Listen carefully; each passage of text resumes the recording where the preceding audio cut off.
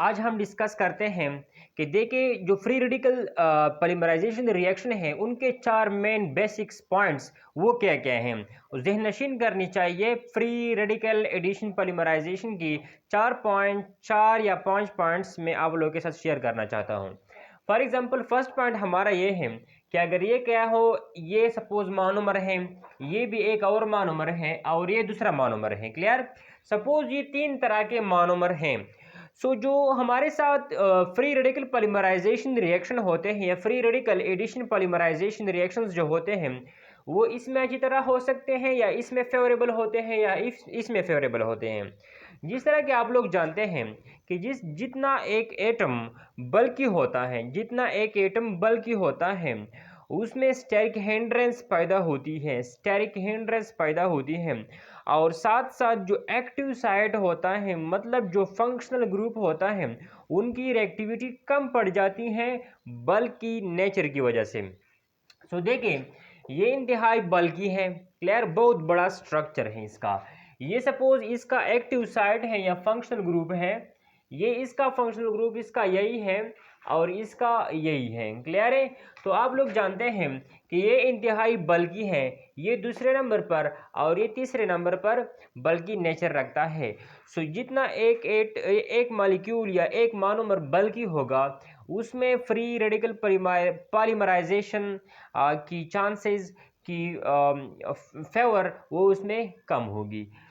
ये कम क्या है, बल्कि है। इसमें पॉलीमराइजेशन रिएक्शन तेज होगी। इसके मुकाबले में कौन सी फ्री रेडिकल, इसमें फ्री रेडिकल पॉलीमराइजेशन रिएक्शन ज़्यादा होगी इसके मुकाबले में, और इसमें फ्री रेडिकल पॉलीमराइजेशन रिएक्शन तेज होगी इसके मुकाबले में। चलो नेक्स्ट चलते हैं। अगर हमारे साथ ये सपोज क्या है, हमारा इनिशिएटर, सपोज हमारा फ्री रेडिकल बना है इनिशिएशन स्टेप में। ये हमारा इनिशिएशन स्टेप में फ्री रेडिकल बन चुका है। अब ये रिएक्शन करेगा मोनोमर के साथ। क्लियर है। फ्री रेडिकल जो इनिशिएशन रिएक्शंस होते हैं उनमें फर्स्ट ऑफ ऑल हम कोई फ्री रेडिकल बनाते हैं। जो फ्री रेडिकल बनता है वो फिर क्या करता है, अटैक करता है किसी मोनोमर पर। इस तरह था ऑलरेडी डिस्कस कर चुके हैं। तो देखें ये फ्री रेडिकल तो बन चुका है। अब ये इंतहाई रिएक्टिव है। क्या है, इंतहाई रिएक्टिव है। अब ये किसी मोनोमर पर अटैक करेगा। क्या करेगा, मोनोमर पर अटैक करेगा। कहाँ पर ये तेजी से हमला करेगा, ये इस साइड पर। देखें अब चांसेस मुख्तलिफ किस्म के हैं। चांसेस क्या है, एक तो ये चांस है कि ये जो है ये आर सपोज यहाँ पर अटैक कर सकता है। क्लियर। देखें मुख्तलिफ किस्म के चांसेस हैं। हम इस तरह कह सकते हैं कि यहाँ पर उनके चांसेस, मतलब अटैक के चांसेस हैं, इसके यहाँ पर चांसेस हैं। देखिए यहाँ पर इसके यहाँ पर चांसेस हैं और इसके साथ भी चांसेस हैं। तो कौन सी जगह अच्छी होगी कि ये उसके साथ बॉन्ड बनाए और ये एक स्टेबल चेन बनाए। तो देखें अगर ये यहाँ पर अटैक करती हैं, अगर ये यहाँ पर अटैक करती हैं या फिर यहाँ पर अटैक करती हैं, फॉर एग्जांपल ये यहाँ पर अटैक करती हैं इस डबल बॉन्ड के साथ। फॉर एग्जांपल देखें यहाँ पर दो इलेक्ट्रॉन हैं, दो इलेक्ट्रॉन, ये एक इलेक्ट्रॉन इसके साथ बॉन्ड बनाता है और क्या बनता है, सपोज या ये इलेक्ट्रॉन इसके साथ बॉन्ड बनाता है और एज ए रिजल्ट ये बनता है। क्लियर। या फिर हम इस तरह कह सकते हैं कि ये इसके साथ बॉन्ड बनाता है और एज ए रिजल्ट क्या बनता है, सपोज सब इसमें यहाँ पर आर लगाते हैं CH2, यहाँ पर ये आर इधर आया। क्लियर है। यहाँ पर CH है रेडिकल एंड CH3। क्लियर है। देखिए अगर ये यहाँ पर अटैक करे तो इस तरह का चेन बन सकता है, अगर ये यहाँ पर अटैक करे तो इस तरह का चेन बन सकता है, और ये अगर यहाँ पर अटैक करे इस हाइड्रोजन के साथ, इस हाइड्रोजन को रिमूव कर ले, देखें इसको, तो इससे इस तरह का प्रोडक्ट बनता है। तो कौन सा अच्छा होगा, देखें हम कहते हैं कि जहाँ पर रेजोनेंस के चांसेस ज़्यादा होते हैं, आप लोग जानते हैं कि चार्ज हो या फ्री रेडिकल हो, अगर उसके साथ कोई ऐसा चेन हो या फिर ऐसा ग्रुप हो जो उसको स्टेबिलिटी दे, क्लियर है? तो तब ये मोनोमर क्या स्टेबल बन सकता है। फॉर एग्जांपल देखें, जब ये इस पर अटैक करता है तो तीन तरह प्रोडक्ट बन सकते हैं। ये इंतहाई रिएक्टिव है क्योंकि लोकलाइज है, जितना रिएक्टिव होता है उतना अनस्टेबल होता है, उनके बनने के चांसेस कम होते हैं। जब ये इस पर अटैक करता है तो ये भी बन सकता है, लेकिन ये भी इंतहाई रिएक्टिव है क्योंकि ये यहाँ पर फ्री रेडिकल लोकलाइज है। क्लियर है? लेकिन यहाँ पर देखें कि ये अगर इस पर अटैक कर ले तो इस तरह का प्रोडक्ट बनता है। और आप लोग जानते हैं कि यहाँ पर रेजोनेंस होती है। देखें, इसके साथ रेजोनेंस हो सकता है। CH2 यहाँ पर CH डबल बॉन्ड CH2। अब रेडिकल कहाँ पर आ गया? रेडिकल अब यहाँ पर आ गया। क्लियर है? तो यहाँ पर रेजोनेंस है तो मैं इसे इस तरह शो करना चाहता हूँ। देखें, ओके। सो देखें, जब ये यहाँ पर अटैक करता है तो कुछ यूं स्पीशीज बनती है कि उसमें रेजोनेंस होती है, जहाँ पर फ्री रेडिकल की क्या कम हो जाती है, रिएक्टिविटी कम बढ़ जाती है और उनकी स्टेबिलिटी बढ़ जाती है। क्लियर? So note down. इसके बाद हम तीसरा केस लेते हैं, इसे नोट कर लें। अच्छा, तीसरा केस हमारा क्या है, इसे मिटाया जाए। ओके, तीसरा केस भी इंतहाई ही कंसेप्चुअल है, आसान है। जितना एक एटम बल्कि होगा, जितना एक स्पीशीज या एक मोनोमर बल्कि होगा, उसमें फ्री रेडिकल पॉलीमराइजेशन के चांसेस कम होंगे। क्लियर? और दूसरा पॉइंट क्या था? दूसरा पॉइंट ये था कि वो स्पीशीज जब प्रोपेगेशन होता है तो प्रोपेगेशन के नतीजे में वो स्पीशीज वो बनेगी जहाँ पर जो चार्ज आता है या रेडिकल बनती है उनको कोई स्टेबलाइजिंग एजेंट मिले, मतलब कोई ऐसा रिंग मिले। सपोज पॉजिटिव चार्ज को स्टेबल करने के लिए हम इलेक्ट्रॉन डोनेटिंग ग्रुप लेते हैं, नेगेटिव चार्ज को कंट्रोल करने के लिए हम इलेक्ट्रॉन विथड्राइंग ग्रुप लेते हैं। इस तरह फ्री रेडिकल को कंट्रोल करने के लिए हम फिर भी इलेक्ट्रॉन विथड्राइंग ग्रुप लेते हैं। तो चलो स्टार्ट करते हैं। हमारा चौथा केस वो ये है कि अगर सपोज आपके साथ ये क्या है, ये मोनोमर है CH एंड Y। क्लियर है? और आपके पास प्रोपेगेशन स्टेप स्टार्ट, सपोज यहाँ पर फ्री रेडिकल है, फ्री रेडिकल, तो इसका यहाँ पर अटैक करने के चांसेस ज़्यादा हैं या इसके यहाँ पर अटैक करने के चांसेस ज़्यादा हैं? तो देखते हैं। अगर ये यहाँ पर अटैक कर ले, मतलब इस तरह लिख लें।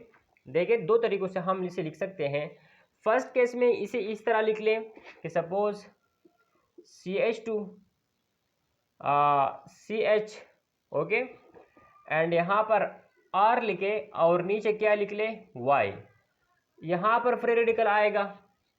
ओके, दूसरा केस हमारा क्या है, वो ये है कि ये यहाँ पर अटैक कर ले, तो देखें CH2। क्लियर है? और यहाँ पर क्या आया, सपोज R आया। ओके, यहाँ पर सिंगल बॉन्ड, यहाँ पर CH, ओके, यहाँ पर Y। क्लियर है? तो किसके चांसेस ज़्यादा हैं? इस तरह के चांसेस ज़्यादा हैं या फिर इस तरह के चांसेस ज़्यादा हैं? क्लियर है? तो देखें यहाँ पर ये क्या है, ये एक सपोज इलेक्ट्रॉन सपोज विथड्राइंग ग्रुप है, सपोज साइनाइड है, जो भी है। क्लियर है? तो आप लोग जानते हैं कि ये क्या है, इंतहाई रिएक्टिव है, रिएक्टिव स्पीशीज है, क्योंकि देखिए इसके साथ कोई ऐसा नाइबर नहीं है जो उसको स्टेबल करे। लेकिन अगर हम यहाँ पर देखें तो यहाँ पर ये Y उसको स्टेबल कर सकती हैं। ओके, सो कहने का मतलब ये है कि इस तरह के क्या बनेंगे, मोनोमर्स अक्सर इस तरह के बनेंगे। ओके, मतलब इस तरह के जो प्रोपेगेशन स्टेप में इस तरह के स्पीशीज बनने के चांसेस ज़्यादा होते हैं। इंतहाई इजी हैं, ऑलरेडी पढ़ा चुका हूँ। ये वहाँ पर अटैक करेगा जहाँ पर ऐसे इस तरह के कुछ चार्जेस या फ्री रेडिकल बन जाए कि वो खुद ही स्टेबल हो, क्योंकि एक स्टेप तो हमारा टर्मिनेशन भी आता है ना। तो देखिए ये वहाँ पर अटैक करेगा जिससे हमारी एक स्टेबल स्पीशीज बन जाए। तो दो तरह की स्पीशीज देखिए, ये यहाँ पर अटैक कर सकता है, ये यहाँ पर अटैक कर सकता है। यहाँ पर अटैक करने से ये बनता है और यहाँ पर अटैक करने से ये बनता है। तो हम जानते हैं कि ये एक स्टेबलाइजिंग एजेंट है, ये इसको स्टेबिलिटी देती हैं। ओके, सो जब ये स्टेबिलिटी देती है तो इसके बनने के चांसेस ज़्यादा होंगे, इसके अबंडेंस ज़्यादा होगी। अब तीसरा क्वेश्चन ये अराइज होता है, तीसरा क्वेश्चन, चलो ये हमारे साथ ये बना, क्लियर, ये नहीं बन रहा, क्लियर, सपोज हम कहते हैं कि ये नहीं बन रही। अब हम कहते हैं कि सारे के सारे ये बन रहे हैं, तो ये जब दूसरे के साथ मिलते हैं, प्रोपेगेशन अभी हो रहा है, तो फिर किस तरह की उसकी अटैचमेंट होगी। देखें CH2R एंड CHY। ओके, आप देखें ये तो इस पे अटैक करेगा, अब कहाँ पर अटैक करेगा, क्लियर, सपोज यहाँ पर डबल बॉन्ड है। ओके, चलो इस तरह इजी है। ये फ्री रेडिकल सपोज बन चुका है, ये दूसरा फ्री रेडिकल बन चुका है, क्लियर है। अब ये इस पर अटैक करेगा, अब कहाँ पर अटैक करेगा, इस पर, ये जो तीसरा मोनोमर है, इस तरह सपोज कर लें, क्लियर। अब तो जानते हैं कि फ्री रेडिकल में पहला रेडिकल बनता है, क्लियर, इनिशिएशन, वो फ्री रेडिकल किसी इस पर अटैक करता है, इस तरह की स्पीशीज बनती है, ये फिर अटैक करती हैं दूसरे मोनोमर पर। अब ये अगेन मोनोमर पर अटैक करेगी। अच्छा, अब ये मोनोमर कहाँ पर अटैक करेगी, इस पॉइंट पर अटैक करेगी, इस पॉइंट पर या इस पॉइंट पर, मतलब ये है कि इस कार्बन के साथ जुड़ेगा या इस कार्बन के साथ जुड़ेगा। ओके, सो देखिए वहाँ पर वो बनेगी, वहाँ पर मतलब एक सब्स्टिट्यूएंट अटैच होता है जहाँ पर किसी को स्टेबिलिटी हासिल होती है। स्टेबिलिटी का क्या मतलब है, जहाँ पर चार्ज कम हो, पॉजिटिव हो, नेगेटिव हो, फ्री रेडिकल क्या हो, वो मतलब उनको स्टेबिलिटी हासिल हो, या वहाँ पर स्टेरिक हिंड्रेंस ना हो, ये सारी की सारी स्टेबिलिटी होती हैं, क्लियर है। सो देखें ये यहाँ पर अटैक कर सकता है और ये यहाँ पर अटैक कर सकता है। अब देखें अगर ये यहाँ पर अटैक कर ले, ये यहाँ पर अटैक कर ले, तो क्या मैं इसे इस तरह लिख सकता हूँ कि देखिए जब ये इस पर अटैक करता है, ये इस पर अटैक करता है, तो देखें इस तरह के बनने के चांसेस हैं। CH2 यहाँ पर हमारे साथ R है, यहाँ पर इस तरह। अच्छा, यहाँ पर CH नीचे क्या है, Y है, उसने अटैक किया CH, क्लियर, यहाँ पर Y and CH2 and R। अब देखें क्या हुआ, इसने इस पॉइंट पर, इस रेडिकल ने इस पर अटैक किया, एज ए रिजल्ट इस तरह स्पीशीज बन गई। अगर ये यहाँ पर अटैक करे तो देखें, फिर देखते हैं, देखें इस तरह कुछ होगा। अगर ये क्या करें, ये इस पॉइंट पर, तो देखिए यहाँ पर R है, ओके, CH है, ओके। अच्छा, इसके बाद R है, CH है, CH2 है हमारे साथ, क्लियर है, यहाँ पर CH2 है।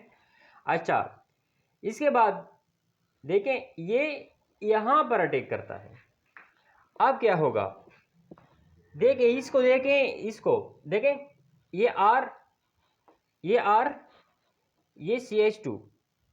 अब देखें ये सिंगल बॉन्ड में कन्वर्ट हो जाएगा, ये सिंगल बॉन्ड में कन्वर्ट हो जाएगा, यहाँ पर CH आ जाएगा, यहाँ पर नीचे Y आ जाएगी, ओके। अब देखें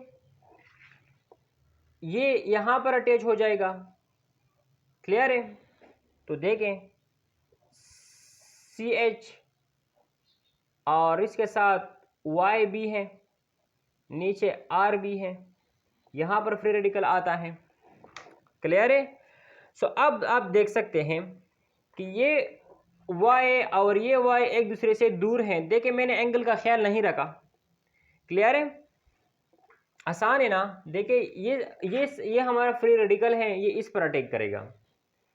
अब ये अगर इस पॉइंट पर अटैक करता है तो इसकी अपनी जो चेन है वो RCH2 CHY है, लेकिन जब ये इधर आता है तो इसका जो कार्बन है वो ये है, ये Y ये है, क्लियर है। और साथ साथ हम ये CH2 नहीं लिख चुके, यहाँ पर CH2 और यहाँ पर फिर R हैं। क्लियर हैं आसानी के लिए। तो देखिए यहाँ पर स्टेरिक हिंड्रेंस, यहाँ पर एक दूसरे के दरमियान रिपल्शन हो सकती है, लेकिन यहाँ पर ये एक दूसरे से बहुत दूर हैं। क्लियर है। सो इस तरह के जब इस तरह के चांसेस हो कि ये किस पॉइंट पर अटैक करेगा, तो उस पॉइंट पर अटैक करेगा जहाँ पर स्टेरिक हिंड्रेंस के कम होने के चांसेस हो। क्लियर है। सो मेरे ख्याल में जो मेन पॉइंट्स थे वो तो शेयर किए गए। अच्छा, और अक्सर ये कहा जाता है, देखें मिटाया जाए कि फ्री रेडिकल पॉलीमराइजेशन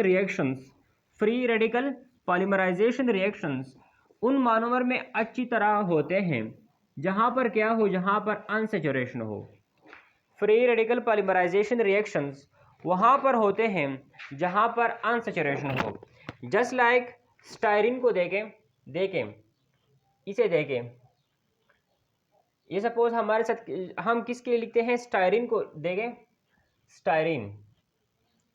ओके, या फिर हम अगले एग्जांपल लेते हैं मिथाइलिन को देखें। फ्री रेडिकल पॉलीमराइजेशन रिएक्शन वहाँ पर होते हैं जहाँ पर क्या हो, जहाँ पर अनसैचुरेशन हो।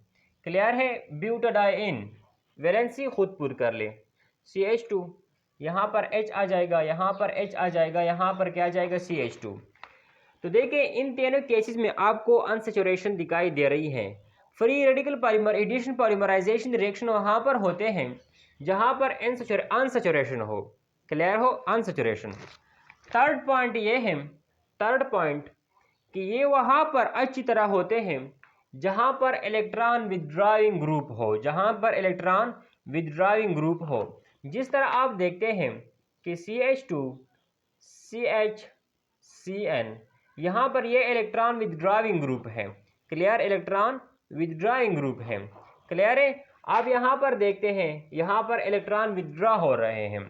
सो ये वहाँ पर अच्छी तरह होते हैं जहाँ पर इलेक्ट्रॉन विथड्राइंग ग्रुप शामिल हो।